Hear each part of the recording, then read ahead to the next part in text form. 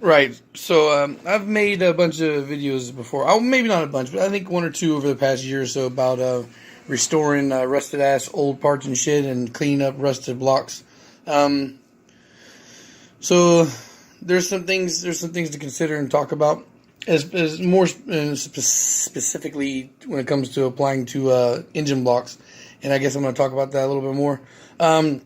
So of course, I have a plethora of K2083 parts laying around. I have a head that has essentially become a parts head just because of the fact that the parts are so scattered in my other parts boxes that it would take me forever to reassemble it. So because of the fact it's a K2083 head and it's not really that important to me, I'm just gonna do what I'm doing right now and scavenge parts as needed. And I have plenty of these heads, and I don't plan on using nowhere near all of them. So if this doesn't work out, I can always grab another one that's not damaged at all. But anyway, so if you're wondering why I'm even considering using that rusted cam, that's right there's the reason why. We got some heavy chewage on the lobe, and there and there. Well, not so bad there. It was on the intake cam as well, but nowhere near this bad.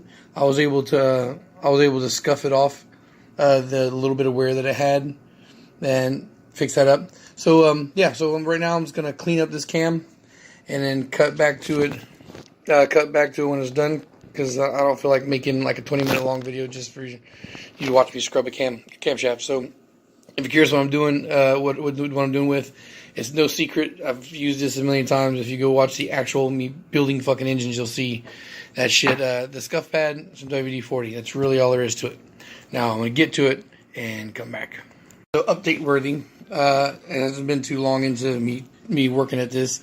When I went and got my new scuff pads, I also invested in some 220 grit sandpaper, and I went ahead and used the sandpaper to get the rust off. God, I'm sorry guys for my camera not focusing. It's such a piece of shit. Anyway, I went ahead and got that. Used the sandpaper to get all of the rusted shit off, and now we're down to where it's like that black, or that bluing stain right there. But it's down to the metal now, at least, or the clean metal. So what I'm going to do is I'm going to do that same thing for the rest of the cam. I'm going to use the sandpaper to get all the rust buildup off. And then once I got the rust buildup off, then I'm going to go back over with a scuff pad and shine everything up. Okay. So we're going to go ahead and call this the finished product. As I talked about before, these you have this leftover stains from where the rust had settled on, and I'm not gonna dig into it anymore. The whole point is to get it down to the point where it's basically back to or close to the state that it was in before. We got no pitting, no scarring. So now what we have is what I feel is a usable cam, and I'm gonna slap it in the head. Hopefully get this damn long log finished tonight.